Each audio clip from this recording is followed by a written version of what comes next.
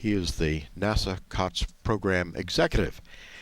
And Mike would like to begin by asking you a little bit about the fact that this is a commercial launch, but yet it's a NASA mission. So I was wondering maybe you could explain how it is that NASA works with SpaceX to assure that NASA's mission objectives are met. Okay. Well, we had some top-level objectives that were defined in the Space Act Agreement with SpaceX, and then as we went through the design review process, we refined those and made them more crisp and more specific. Eventually, at the demo readiness review, we signed a joint document that listed out all the mission objectives for C2 and C3 and the success criteria for each one of those objectives. And then I also have the SRB ships with radar on them going up the East Coast to watch the mission and see some of the key critical events as they're happening during the launch. As the vehicle gets closer to space station, there'll be the Mission Operations Directorate at Johnson Space Center working with SpaceX, looking at the data from the spacecraft and making sure that a number of demo objectives that we've defined are all performed correctly and the vehicle is operating and it's healthy before coming in for final approach to space station.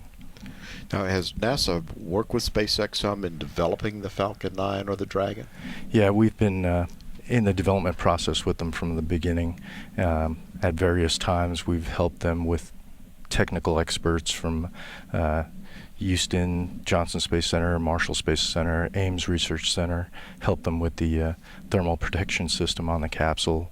The Marshall folks obviously helped them with some of the propulsion areas and base heating and other aspects of the vehicle. So we looked over the design through the whole process and pointed out areas that we had experience with in the past. Well, Mike, let's switch gears here a little bit. We have some video of the cargo being loaded into the Dragon capsule that we're taking up to the station. So maybe you could tell us some of what is going up that's on board, some of what we're seeing here that's going up. Okay, you see obviously a bag of food items. Those are cargo transfer bags, CTBs, crew transfer bags. They are generally used to pack items, and they have handles on them so the crew can easily maneuver them back and forth between vehicles. They're getting loaded through the side late access hatch in this case, and here they're installing them into the cargo racks that are outfitted inside the capsule. They're strapped in for launch, and they'll also be strapped in by the crew for re-entry. And then the bigger bags get loaded up and lifted into the capsule. You can see here by crane and up through the forward hatch on the capsule, which is the CBM hatch, the one that mates up to the space station. You can see the CBM there up on the top, that gray looking portion right along the top edge of the capsule. So the bigger bags are for larger items in the future, larger ORUs, or just being able to carry a number of smaller bags all at once. And then should be showing more details of the intermodule ventilation inside the capsule there. And then they're getting ready to install the side hatch. On future missions, there'll actually be late access cargo that's loaded through that side hatch within 24 hours of launch. Some critical science experiments. And you can see on this hatch that there's also a mounting location for some freezers that we use to take up and return science samples.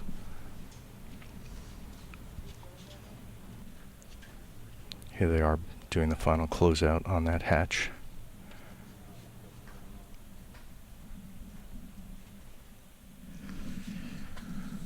Well, Mike, we'll be talking with you after launch as well, getting an update on how things are going. So in the meantime, thank you very much, and best of luck for the remainder of the count. And we'll talk to you once it's in space. Very good. We're at T-minus 1 hour, 5 minutes, 10 seconds, and counting. This is Falcon Launch Control.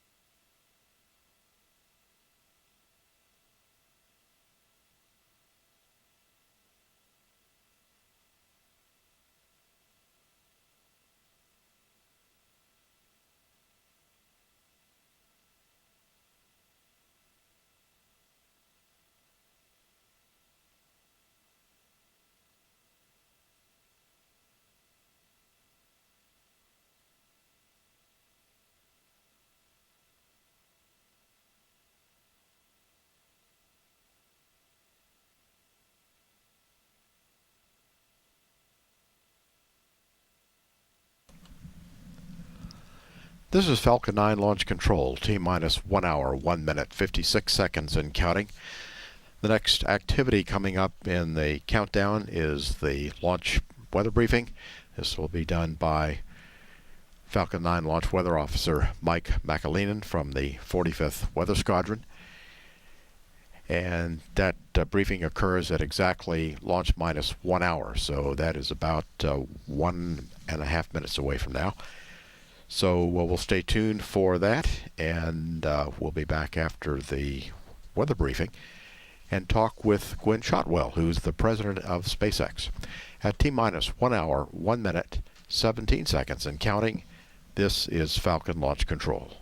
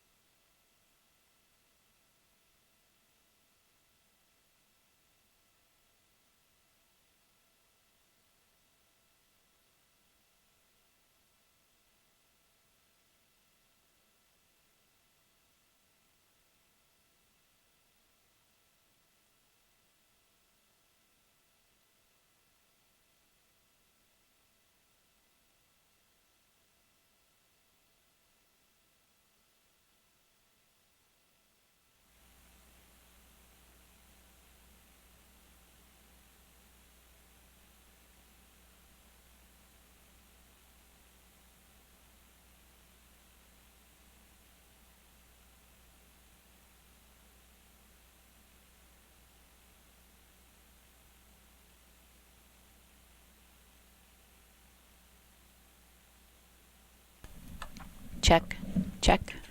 1, 2, 3, 4, 5.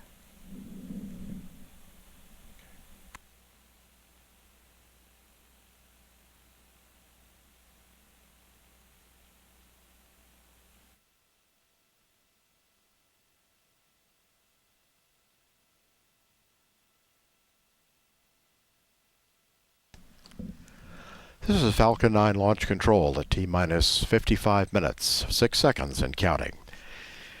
Joining us now is Gwen Shotwell, the president of SpaceX. And Gwen, we'd like to start by asking you what it's been like to work with NASA, given that this is an entirely new way of doing business for the agency. And in what ways maybe has NASA been able to help? Yeah, the relationship has been extraordinary, George. We started this adventure